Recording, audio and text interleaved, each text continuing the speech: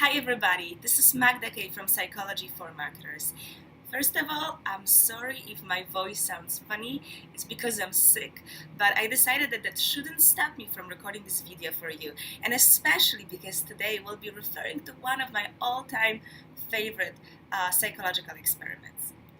So, what we'll be talking today, it's about a very fundamental flaw in how our brains work. However, you'll see that you can actually turn this flaw into your advantage and use it as a shortcut to achieving things that you want for yourself. We're talking about being more confident when speaking in front of the public, losing weight, improving your skills, playing instruments or playing sports, getting salary increase or getting a new job. Really, the list how you can use this shortcut, it's limitless, and this is why it's so amazing. So you guys ready? First thing is, let's talk about this flaw. What is this fundamental flaw is? See, to our brain, there is no difference between the reality and the illusion. Indeed, that's extremely serious because if you keep feeding your brain lies, your brain is going to believe them. But you can use it to your advantage. So think about it. Whatever you feed your brain, that's what your brain believes, and that's what your brain is going to subconsciously work on making happen in your life. So if you do not like your current reality, all you have to do is create the illusion of the reality that you want for yourself. What's happening as a result of this is that your brain starts believing it to be true, and it adjusts how it looks and what chemicals it produces so that it actually adjusts you and your life to the new reality that you want for yourself. There is an amazing experiment, like I mentioned, that proves this phenomenon and shows us how extremely important and powerful it is. So as in any experiments, a group of people was chosen randomly, which means that they represent the average people, the average society. And then they were divided into three groups. What was tested in this particular experiment was the basketball skills. So how well can people score?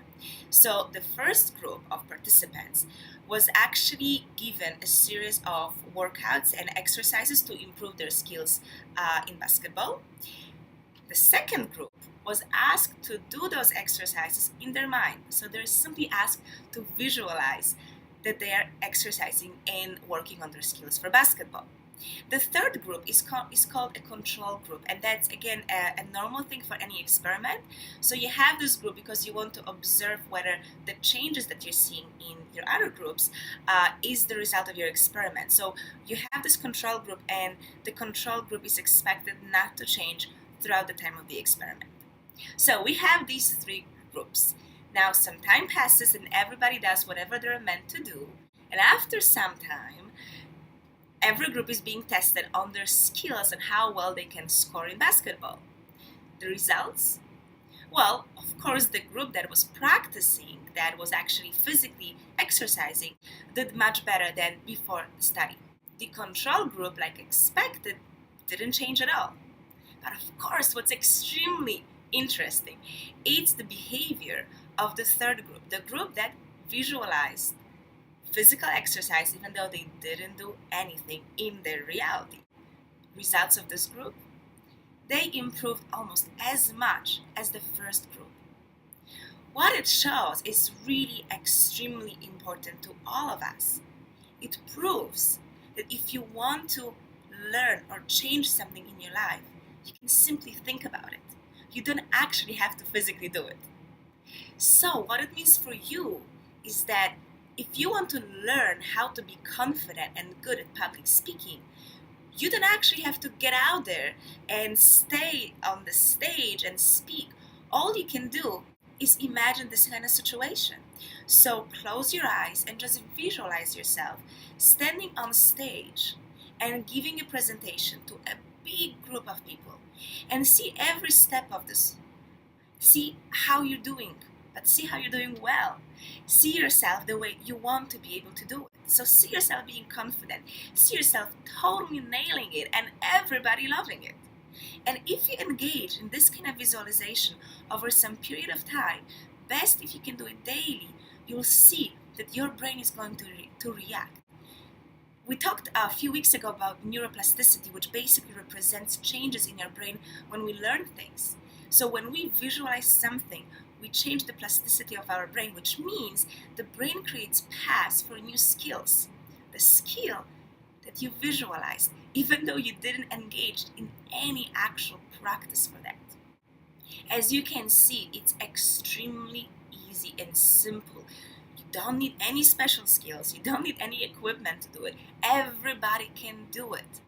So as I said, you can use it to build your confidence. If you want to lose some weight, all you do is imagine yourself as a person with the weight that you want. And how would this kind of person live? How would this kind of person move? What would this kind of person eat? And again, you'll see that your body will start changing because your brain will be producing new chemicals, flooding your body to adjust you for the new reality that you're creating through the illusion. So let me share with you 3 tips on how to make this process even more effective for you and make sure that it works. So the first thing is that you need to mean it. So if you want to visualize yourself as a confident person on stage, and let's say you see yourself giving the speech, but you don't truly believe that you can do it, you start sabotaging your own illusion, allowing your thoughts of no, you cannot do it, you're not confident, and so on. And in the end, your illusion, the one that you're trying to create, does not correspond to what you really want. So you have to work also on adding the emotions and belief that whatever you are visualizing can actually happen. Now, I know it might not be so easy. If you feel that you're not confident on stage, it might be also difficult to feel confident even if just in your mind. But what you can do is that you take it step by step. So look at it as a progress or a journey. The first time you do it, try feeling a bit more confident. Next time, a bit more, and a bit more. But what's important is to be aware that you should be doing this for the whole process to work.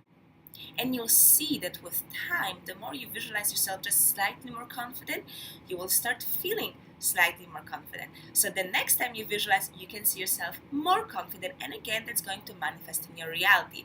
So the whole flow of our brains is also going to help you step by step to finally get to where you want to be. Now, the second thing you want to keep in mind is that you need to repeat it. If you just engage in visualizing the new reality you'd like for yourself once, then you're probably not going to see a lot of differences coming to your life.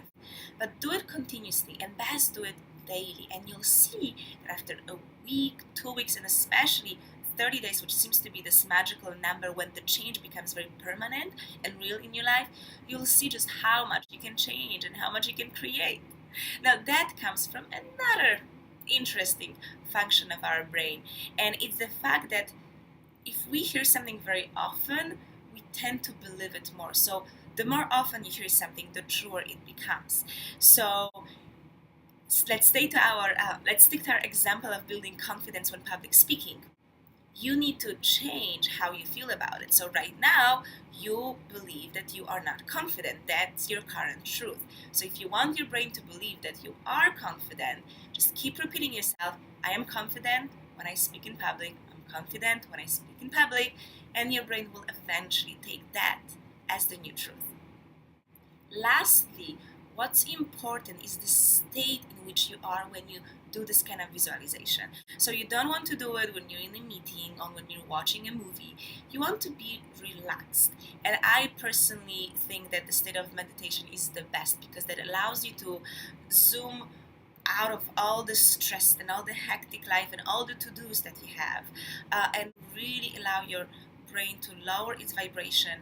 And it's actually proven that when your brain relaxes and lowers its frequencies, you manage to get into your subconscious mind as well. And as we know, subconscious mind represents about 90% of the full potential that your mind has.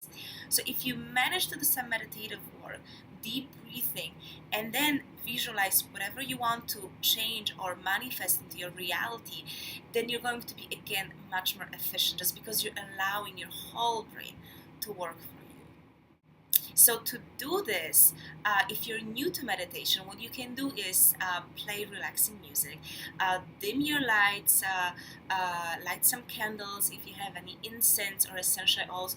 All of this helps a lot. Sit in a comfortable place. Make sure nobody will disturb you for the time that you need for yourself. And all of this helps your brain relax and get to the state that we want. Now, if you want some help with this, I actually have an amazing program that can help you, which I use personally. The reason why I use it is because I'm not as good at sticking to certain routines. So, you guys know I love going to the gym and doing yoga, but I'm not really good at actually doing something while I'm at home. So if I have a program that takes me step by step and day by day, I find it easier for me to stick to it and actually do it. So if that's something that you might also find interesting, you will find the link below this video that will take you to the page where you can read more about the program, how it works, and how to use it. But just short summary, it basically consists of 12 different audios that guide you through the visualization that corresponds to any of the main areas in your life. So be it your health, your body, your relationships, love, abundance, money, and all of the other things that I guess everybody would like to improve for themselves. Thank you so much for being here with me and listening to this video. I hope you got some interesting tips for yourself. And if you liked it, please like it and share with your friends so we can spread this message to as many people as we can. And also, if you are not yet part of our community of Psychology for Marketers, do so by putting your email address and name on the side of this video. You'll see the little box where you can do it. By doing so, you're going to enter our family of all the fans of psychology and marketing and how to combine the both, and you'll get access to all the content and also very special offers that I keep only for our subscribers. So thank you so much. That was Magda K for Psychology for Marketers, and I'll speak to you very soon.